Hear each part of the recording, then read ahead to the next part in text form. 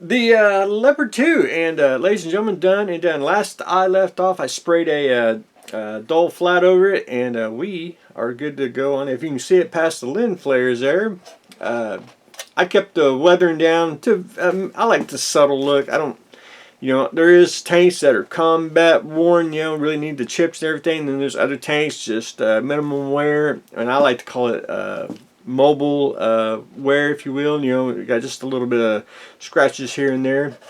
I think it turned out great. I don't get to do much armor for people. Uh, Even myself, I probably should, but anyway, I had a very fun project. Simple stuff like the tow cables. The tarps just give it a little. Just give it a little extra uh, magic to the kit. Just gives a little character, like what I like to call it. I think it turned out pretty darn slick. I used to, and I don't do it all the time, but sometimes I'll, ever sign the bottom of a kit. Just one of those, if you ever seen something I build, you're like, I built that many years ago. But anyway, may or may not sign it. Who knows? I try to get in the habit of doing stuff like that, but just one of them little things. Because no one really looks at the bottom of the tank. Tracks, keeping them, not totally worn out, combat ready, but mobile ready, if you will. Got them pretty worn. I like them not totally caked in mud, but at least a lot of dirt on them. But anyway, other than that, the Leopard 2 is done. Now I'll deliver this once I get done with the Shadow Trooper, which I've got main body in the head, and it does work and everything. So we got that accomplished, and this week I've been working on his legs, and we're still mobile to be able to pose and everything. I got some of the nubs, you kind of had to sand that off. I'll have to touch them up with a little gloss paint, and then I'll shoot everything with a clear coat, just get the shine back and hide some of the nubs that I cut off. Basically down to his feet, and we're down to his arms, and then very little painting, which will be his weapon, and that's pretty much it on the Shadow Trooper. But anyway, I'll deliver the Leopard 2 and the Shadow Trooper at the same time. That'll just be easier to do it. And then we'll work on the Star Blazers Andromeda. The Gundam, and I'm going to try to finish him this week if I can. I don't know if you can see it. But there's lots and lots of little chips that I've been doing around the edges and everything. Just slowly with a sponge. You can also use, if you want to go really in depth with scratches, you take a paintbrush and start doing, just little tiny little scratches everywhere.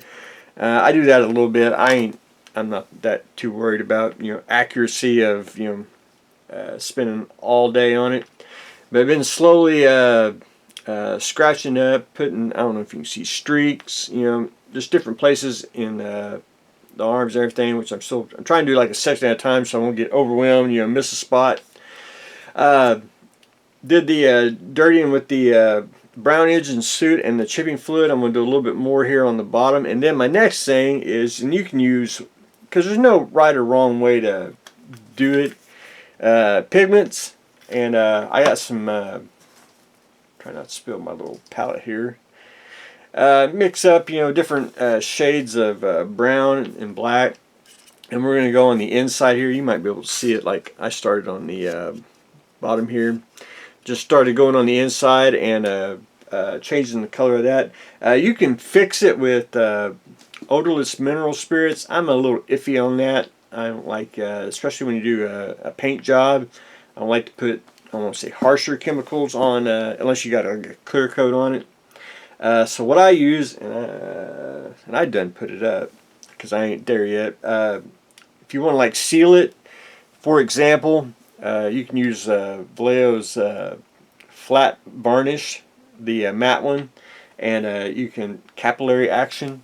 Dip you some with your brush and just let capillary action take care of the pigments, and it'll settle in there. And it does pretty much the same thing in my little world. But anyway, other than that, we are good to go on that. So I just been slowly dirty him up.